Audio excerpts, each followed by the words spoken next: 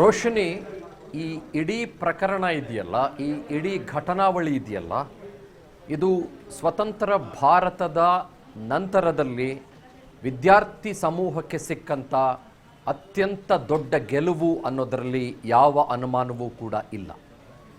ಇಲ್ಲಿ ಈ ನೀಟ್ ಪರೀಕ್ಷೆಗೆ ಸಂಬಂಧಪಟ್ಟಂತೆ ಪ್ರಶ್ನೆ ಮಾಡುವಾಗ ಬೇರೆ ಬೇರೆ ಆಯಾಮಗಳನ್ನು ನೀವು ಇಲ್ಲಿ ಗಮನಿಸಿದ್ವಿ. ಪ್ರೊಟೆಸ್ಟ್ ಮಾಡಿದವರು ವಿದ್ಯಾರ್ಥಿಗಳೇ ಅಲ್ಲ, CJP ಅನ್ನುವ ಪಾರ್ಟಿ, ಕಾಕ್ರೋಚ್ ಜನತಾ ಪಾರ್ಟಿ ಈ ಪ್ರೊಟೆಸ್ಟ್ನ ಮಾಡ್ತು. CJPಯ ಉದ್ದೇಶ ಬೇರೆಯದ್ದೇ ಆಗಿತ್ತು.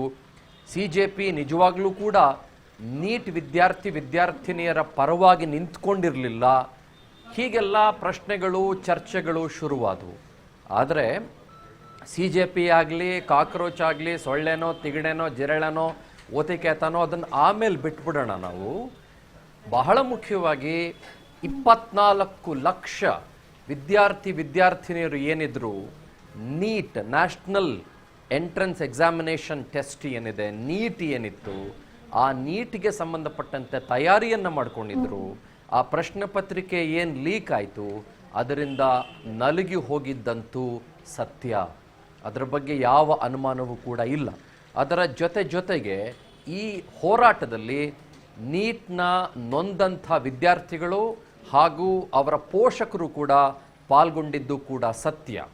ಮತ್ತು ವಿದ್ಯಾರ್ಥಿಗಳ ದೆಸೆಯಿಂದ ಮಾತ್ರ ನಾನು ಮಾತನಾಡ್ತಾ ಹೇಳ್ತಾ ಇದ್ದೀನಿ, ವಿದ್ಯಾರ್ಥಿಗಳ ದೆಸೆಯಿಂದ ಇದು ಅತಿ ದೊಡ್ಡ ಗೆಲುವು ಅನ್ನೋದರಲ್ಲಿ ಯಾವ ಅನುಮಾನವೂ ಕೂಡ ಇಲ್ಲ.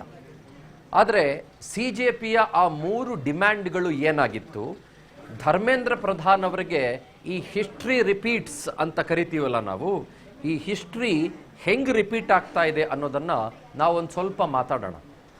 CJP ಇವತ್ತು ಮಾತನಾಡ್ತಾ, ಬಹಳ ಮುಖ್ಯವಾಗಿ ಅದರ ವಕ್ತಾರ ಆಶುತೋಷ್ ರಾಂಕಾ ಅಂತ ಆತನ ಹೆಸರು, 3 ಡಿಮ್ಯಾಂಡ್ಗಳನ್ನು ಕೇಂದ್ರ ಸರ್ಕಾರದ ಮುಂದೆ ಇಟ್ಟಿದ್ರು.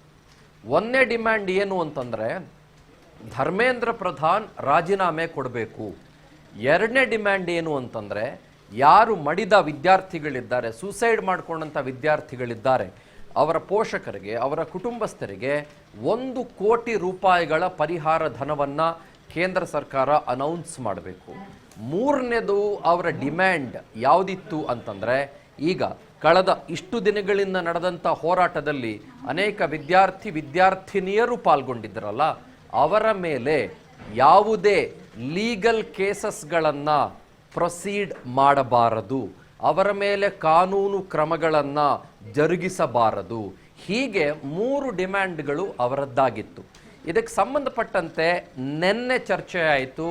2 ಸುತ್ತಿನ ಮಾತುಕತೆಗಳು, ಜಿತೇಂದ್ರ ಸಿಂಗ್ ಮತ್ತು JP ನಡ್ಡಾ ಅವರಿಬ್ಬರೂ ಕೂಡ ಸೇರಿಕೊಂಡು ಧರ್ಮೇಂದ್ರ ಪ್ರಧಾನ್ ಅವರ ಜೊತೆಗೆ ಮಾತುಕತೆಯನ್ನು ನಡೆಸಿದ್ರು. ಅದು ಶುಕ್ರವಾರ. ನಿನ್ನೆ ಇವತ್ತು ಶನಿವಾರ 3ನೇ ಸುತ್ತಿನ ಮಾತುಕತೆ ಧರ್ಮೇಂದ್ರ ಪ್ರಧಾನ್ ಅವರ ಜೊತೆಗೆ ನಡೆಸಿ ನಂತರದಲ್ಲಿ ನಾವು ಉತ್ತರ ಕೊಡ್ತೀವಿ ಅಂತ ಹೇಳಿದ್ರು. ಆದರೆ ಅಷ್ಟು ಸುಲಭದ ವಿಚಾರ ಆಗಿರಲಿಲ್ಲ. ಯಾಕೆ ಅಂತಂದರೆ ಧರ್ಮೇಂದ್ರ ಪ್ರಧಾನ್, ಅಮಿತ್ ಶಾ ಇದ್ದಾರಲ್ಲ, the number 2 of NDA government ಅಂತ ನಾವೇನು ಕರಿತೀವಿ. ನಂಬರ್ 1 ಈಸ್ ನರೇಂದ್ರ ಮೋದಿ ಅವರು, ನಂಬರ್ 2 ಅಮಿತ್ ಶಾ ಅವರು. ಅಮಿತ್ ಶಾ ಅವರಿಗೆ ಬಹಳ ಆತ್ಮೀಯರಿದ್ದಾರೆ, ಬಹಳ ಕ್ಲೋಸ್ ಇದ್ದಾರೆ ಅವರು. ಹಾಗಾಗಿ ಅವರ ರಾಜೀನಾಮೆ ಅಥವಾ ಅವರ ಸ್ಯಾಕಿಂಗ್ ಅಂತ ಏನಿದೆ, ಅವರನ್ನು ವಜಾಗೊಳಿಸೋದು ಅನ್ನೋದು ಏನಿದೆ, ಆ ವಜಾಗೊಳಿಸೋದು ಅಷ್ಟು ಸುಲಭವಿಲ್ಲ ಅನ್ನೋ ರೀತಿಯಲ್ಲಿ ಚರ್ಚೆಗಳು ಆಗಿದ್ವು. ಈ ಯಾವುದಕ್ಕೂ ಕೂಡ ಅವಕಾಶ ಮಾಡಿಕೊಡದ ರೀತಿಯಲ್ಲಿ ಧರ್ಮೇಂದ್ರ ಪ್ರಧಾನ್ ಅವರೇ ರಾಜೀನಾಮೆ ಕೊಟ್ಟಿದ್ದಾರೆ ಅನ್ನುವ ಸುದ್ದಿ ನಮಗೆ ಇವಾಗ ಬರ್ತಾ ಇದೆ. ಅವರೇ ರಾಜೀನಾಮೆ ಕೊಡಕ್ಕೆ ಸಾಧ್ಯ ಖಂಡಿತವಾಗ್ಲೂ ಕೂಡ ಇಲ್ಲ. ಒತ್ತಡ ಬಂದು ರಾಜೀನಾಮೆ ತೆಗೆದುಕೊಂಡಿರೋದು, ಅದರಲ್ಲಿ ಯಾವ ಅನುಮಾನವೂ ಕೂಡ ಇಲ್ಲವೇ ಇಲ್ಲ.